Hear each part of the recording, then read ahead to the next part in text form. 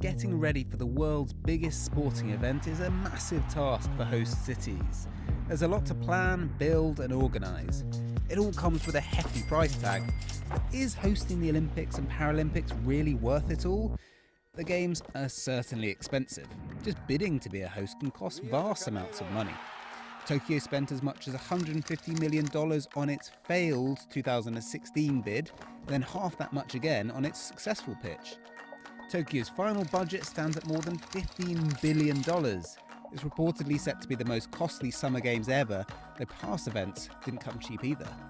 According to one study, the average sport-related cost of hosting the Olympic Games between 2007 and 2016 was $12 billion. And over the past decades, host cities have always ended up spending more than planned, much more.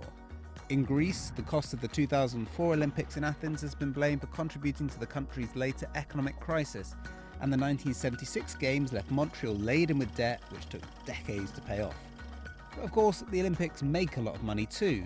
There are substantial revenues from TV deals and sponsorships for the International Olympic Committee, almost $6 billion from recent summer and winter games, funding sports and future games. The host cities themselves hope to see economic gains from things like job creation, from tourism and investments in infrastructure and sports facilities. Redevelopment for the Barcelona Games in 1992 has often been credited with helping to turn the city into one of Europe's most popular destinations.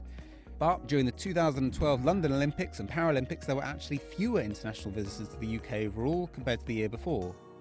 But while tourists come and go, many of the buildings and sporting facilities are here to stay.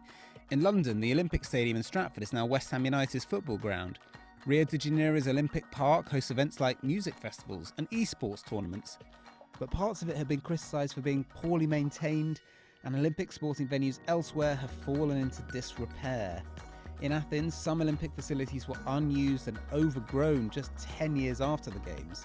This can take a heavy toll on the environment, and critics point out the construction of new Olympic sites every few years is not environmentally sustainable. Back in Japan, the Tokyo 2020 Games have also had to deal with the burden of a global pandemic which has added billions in additional costs. Revenues are likely taking a hit because stadiums won't be full and international spectators are unable to attend. Even without the effects of a pandemic, after all the spending, economists are generally sceptical about whether hosting the Olympics improves a city's economic prospects. And so fewer cities have been putting themselves forward as future hosts, and some are now calling for the Games to have a permanent home. But let's be clear, not everything can be measured neatly in numbers. There's the pride of hosting the world's largest sporting event and the prestige that brings for a city. The Olympics and Paralympics, after all, are about more than just money.